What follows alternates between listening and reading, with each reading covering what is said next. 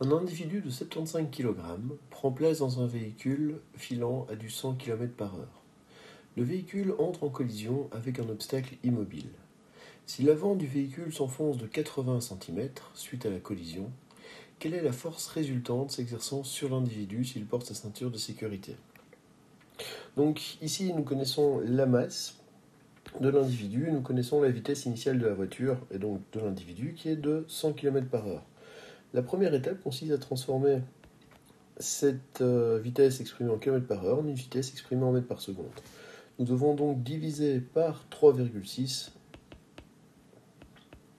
la valeur. Et nous trouvons comme valeur de vitesse 27,77 mètres par seconde. Ensuite, on nous informe que la voiture se déforme de 0,8 mètres, donc parcourt une distance de 0,8 mètres. Et enfin, la voiture est immobilisée, donc la vitesse finale vaut 0 mètres par seconde. On nous demande de calculer la force subie par l'individu. Donc, dans les lois de Newton, la plus évidente à utiliser est la seconde.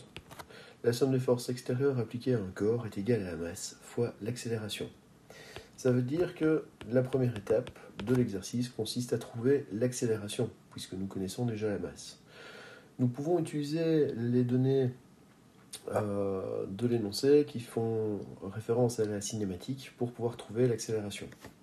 Donc il s'agit d'un MRUV. En MRUV, nous devons toujours utiliser les formules de la position en fonction du temps ainsi que de la vitesse en fonction du temps. Ici, à la place d'utiliser la position en fonction du temps, nous allons utiliser la distance parcourue.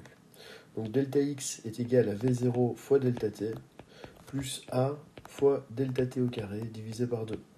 La vitesse dans un MRU est donnée par la relation V est égale à V0 plus A fois delta t. Nous allons remplacer dans ces deux équations les données que nous connaissons. Donc la distance parcourue c'est 0,8, la vitesse initiale 27,77 et nous ne connaissons pas le temps ni l'accélération. Et donc pour la vitesse, 0 est égal à 27,77 plus A fois delta t. Nous remarquons que nous sommes face à un système de deux équations à deux inconnus. Nous allons donc prendre l'équation la plus simple et la plus évidente à utiliser, à savoir celle-ci, et venir isoler l'accélération, que nous allons ensuite injecter dans la seconde.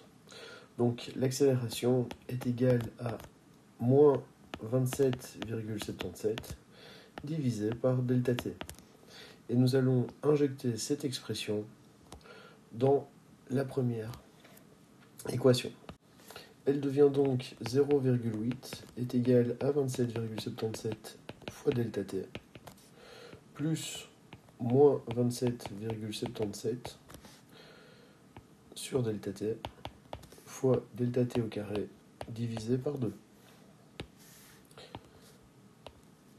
Nous pouvons simplifier le divisé par delta t avec le carré du delta t carré. Et en résolvant l'équation, nous trouvons comme valeur du temps 0,0576 secondes. En remplaçant cette valeur dans notre relation avec l'accélération, nous pouvons déterminer la valeur de cette dernière qui vaut moins 482,11 mètres par seconde au carré.